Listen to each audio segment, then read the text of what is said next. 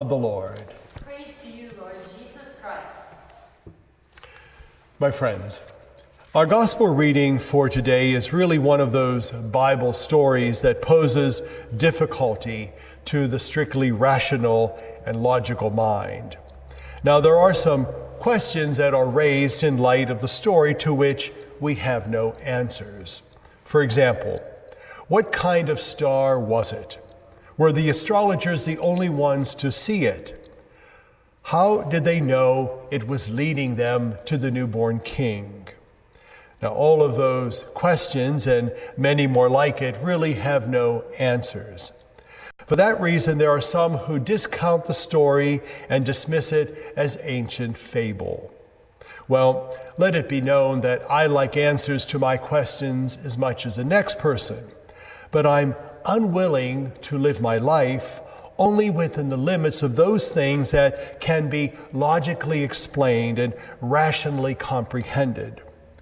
There are just too many things in this world that we all love and enjoy, but can't begin to really comprehend or understand. So I intend to leave some room in my life for wonder. Now, if this gospel reading tells me nothing, it tells me that. The entire story is filled with wonder.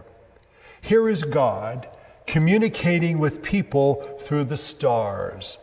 And here are Gentiles from hundreds of miles away who have come to worship a baby who is called King of the Jews. I invite you, along with me, to leave some room in your life for wonder. Now, that will not always be an easy thing to do, especially this world has a way of pushing aside and stuffing out our sense of wonder. Just the routine of life can do that.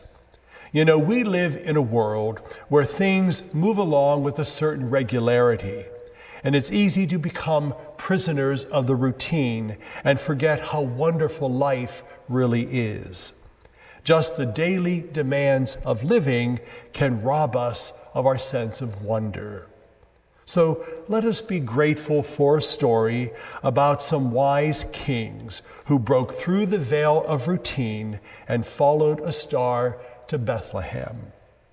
We should also keep in mind that there is a kind of intellectualism which would take away the wonder of life.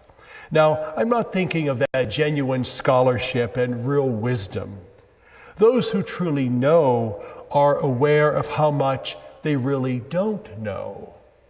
Now, I'm talking about that kind of intellectualism which thinks that one day everything will be explained scientifically. From childhood, most of us remember the little thing, Twinkle, Twinkle, Little Star. Well, recently, I came across another version of that rhyme that says this: Twinkle, twinkle, little star, I know exactly what you are. Teacher told me yesterday you are 800 million miles away. You are only whirling mass of C and N and hydrogen gas. Twinkle, twinkle, little star, I don't wonder what you are. Finally, we should be warned that the selfishness and cynicism of this world can rob us of our sense of wonder. Now, Herod tried to do that to the Magi, and that same spirit is among us today. Now, in his autobiography, André Gide tells of an experience from his childhood. It was a warm spring day, he said, and he was sitting in arithmetic class, but his thoughts were outdoors. His mind wandered, and his eyes drifted towards the open window. Suddenly, he was utterly amazed at what he saw. There, on the windowsill at that very moment, a caterpillar was becoming a butterfly. He watched with awe as those beautiful wings began to emerge from the cocoon. Finally, he couldn't contain his excitement any longer, and he shouted to his teacher and his classmates to come and see the wonderful thing that was happening there. Well, all of the children gathered around, but the teacher was impatient and rebuked Andre for his uncontrolled enthusiasm, reminding him that this really wasn't marvelous at all.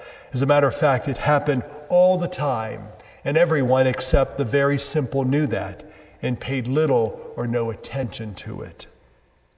Andre Gide said that something happened to him that day. He was embarrassed and ashamed, and his capacity for wonder was badly wounded, and it took a long time to heal. You know, that is one of the worst things that any adult can do to a child. The capacity of wonder is God's gift, and no one has the right to take that away from anyone. We are now in the third millennium. We do not know what lies ahead. There will be hurt and heartaches. There will be pain and problems aplenty.